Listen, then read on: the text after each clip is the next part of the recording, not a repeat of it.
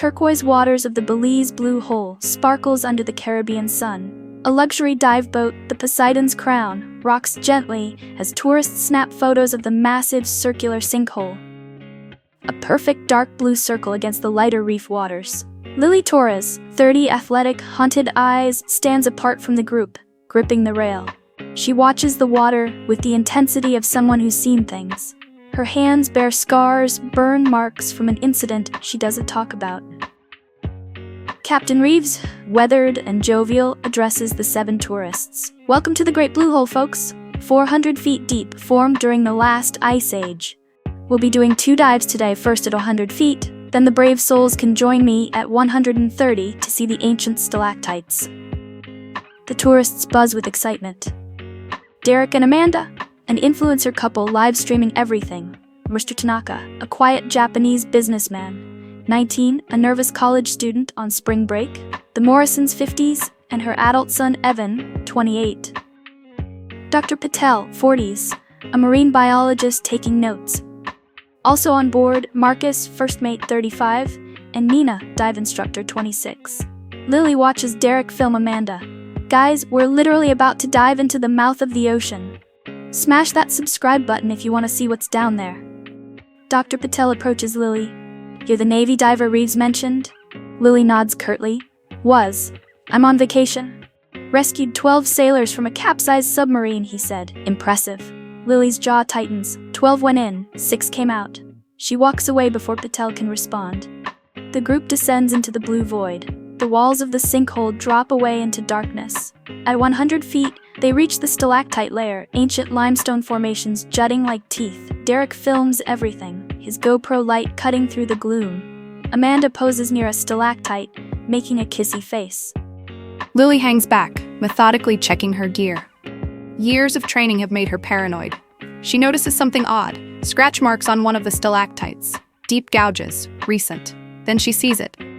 Below them, at the edge of their light's reach, something massive moves. Not the smooth glide of a shark or ray. This is serpentine, muscular. She catches a glimpse of pale, translucent skin before it vanishes into the deeper darkness. Her heart rate spikes. She signals to Marcus, up, now! But he's busy wrangling Sarah, who's panicking, burning through her air. The other divers are oblivious, taking photos. Then the water shifts. A pressure wave rolls up from below, the kind caused by something large moving fast. Bang! Something slams into the underside of the boat far above. Then again. Bang! Reeves' voice crackles through the comms. All divers surface now. Emergency ascent protocols were taken on water. The group surfaces to find the Poseidon's Crown in a bad shape. A jagged hole has been punched through the hull below the waterline. Reeves is trying to radio for help, but the radio is dead, smashed. What the hell hit us? Marcus shouts. Rock formation? Evan suggests. Maybe we drifted? Lily is already scanning the water. We didn't hit anything. Something hit us. There's nothing out here that could, Reeves starts. A ripple. 20 feet from the boat. Something just beneath the surface, circling. Everyone on board. Now! Lily barks with such authority that people move before thinking. They scramble up the ladder. Mr. Tanaka is last. He's halfway up when something erupts from the water below him. A nightmare made flesh. 20 feet long, serpentine but thick-bodied, its head is an eyeless, tooth-filled maw that opens vertically and horizontally, a 4-way split like a grotesque flower. Translucent skin reveals pulsing organs beneath. Dozens of small vestigial limbs line its body, each ending in hooked claws. It's ancient, blind, and perfectly adapted to the deep darkness. It strikes. Tanaka screams as those jaws clamp around his leg. Blood clouds the water. Lily doesn't hesitate. She grabs a gaff hook and drives it into the creature's flank. The thing convulses and releases Tanaka, who's hauled aboard missing his foot, femoral arteries spurting. Tourniquet, Lily shouts. Dr. Patel freezes.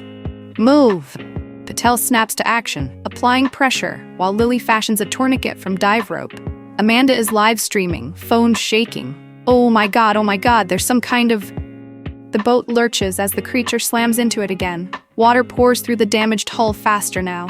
We're sinking, Marcus says, voice hollow. 20 minutes, maybe less. Derek is still filming. Did you get that? Did you? We're going to die, Sarah screams. Lily's mind is racing. Reeves, the emergency beacon?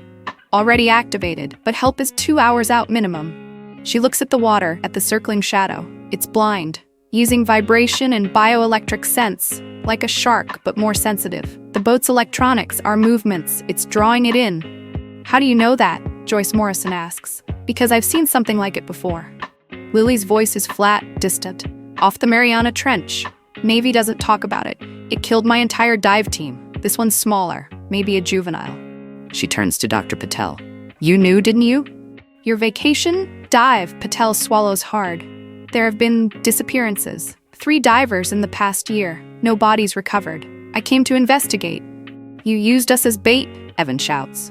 Before Patel can respond, the creature surfaces 15 feet away. Its maw opens wide, and from deep within its throat comes a sound, a resonating subsonic pulse that vibrates through their bones and makes their vision blur. It's calling. Calling what? Amanda whispers. Lily's face goes pale. The mother. The Poseidon's crown is now listing 30 degrees. Tanaka has passed out from blood loss. They've moved to the highest part of the boat, but it's only delaying the inevitable. The juvenile creature has stopped attacking. It's circling, waiting. Why isn't it attacking? Nina asks. It's learning, Lily says. They're intelligent, it's figuring us out. Marcus tries the engine. Dead. Sabotaged, he says, holding up a severed fuel line. This was cut, clean. Someone did this before we left harbor. Everyone looks at Dr. Patel. No, I may have paid the harbor master to suggest this location, but I would never. Mr. Tanaka's eyes flutter open. Through bloody teeth, he smiles. You're all so predictable. His accent is gone, perfect English now. 7 tourists, 1 retired hero, perfect variables. Lily's eyes widen. You're not a tourist. Chen Pharmaceutical paid very well for live footage of Subject X-12 feeding. My camera. He gestures weakly to his bag, has been recording everything. Waterproof, streaming to satellite.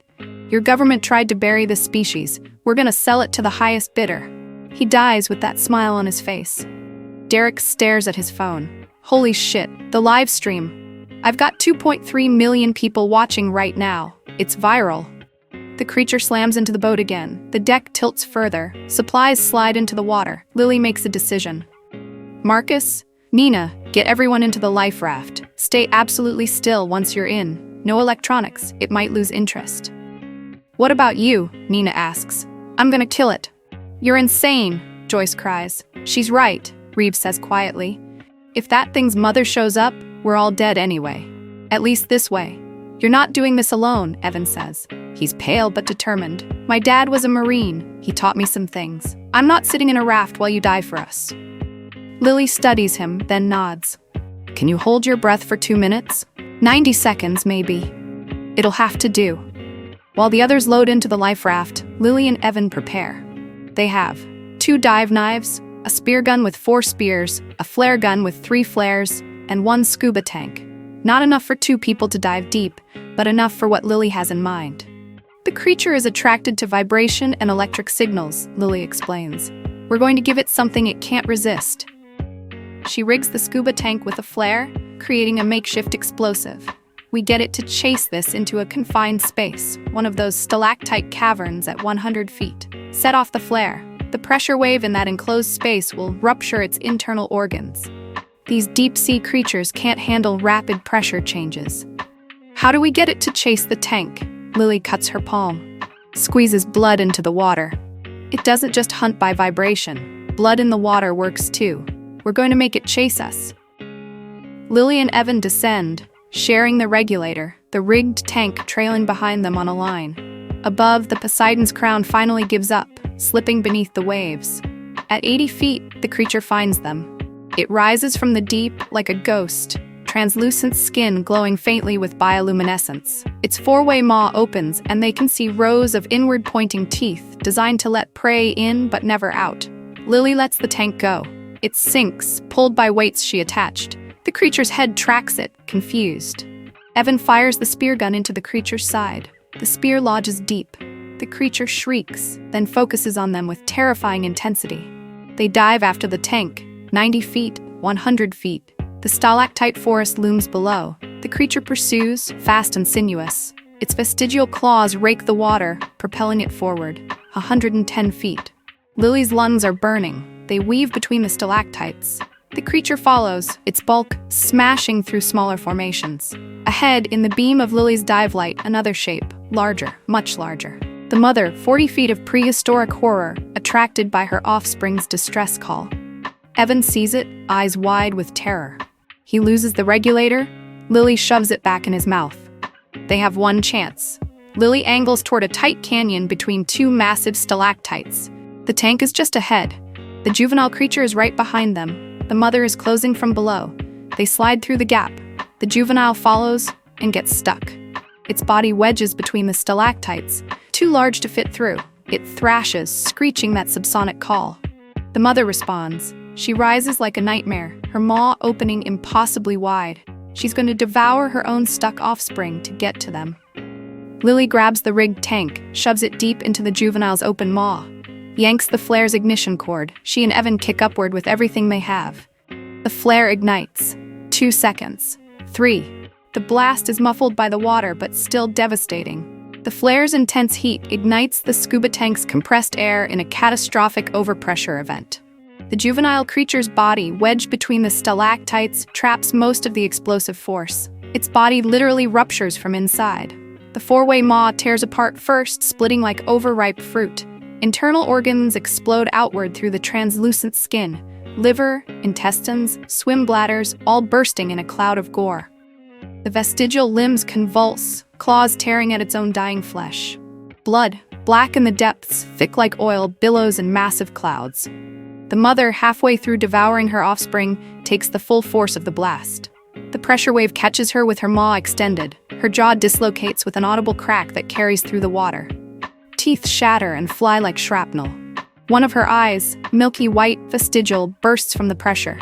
But she's not dead. Wounded, enraged, she tears through her offspring's carcass, using her claws to rip away chunks of flesh. She's coming for them. Lily and Evan break 80 feet, 60 feet. Lily's vision is spotting. Evan has gone limp, passed out from oxygen deprivation. The mother surges upward, trailing gore, her damaged jaw hanging wrong but still functional. 40 feet. Lily can see the surface, the life raft above. But Evan's dead weight and her own oxygen-starved body are failing. The mother's jaw clamps onto Evan's leg. Lily does the only thing she can. She lets him go and kicks for the surface with her last strength. She breaks through, gasping. Hands grab her. Marcus, Nina, pulling her into the raft. Evan, Joyce screams. Below, in the clear water, they see it. Evan's body disappears into the mother creature's throat. Then she dives, vanishing into the blue-black depths, wounded and full, retreating to digest and heal. Coast Guard footage shows the recovery. 4 survivors in a life raft. Dr. Patel, Marcus, Nina, Sarah. 3 bodies recovered from the water. Captain Reeves, Joyce Morrison, and Amanda, killed when the boat sank, trapped below deck. Derek's body was never found, but his live stream ended with 47 million views. The footage shows everything. Lily sits in a hospital bed, wrapped in blankets. Military officers are outside her room. She knows what comes next. Debriefing, non-disclosure agreements, threats. A nurse turns on the TV. News coverage. The viral footage has been dismissed by the scientific community as an elaborate hoax. Local authorities cite a tragic diving accident caused by equipment failure and rapidly changing currents. All 7 tourists and 2 crew members are dead. 1 survivor remains in critical condition.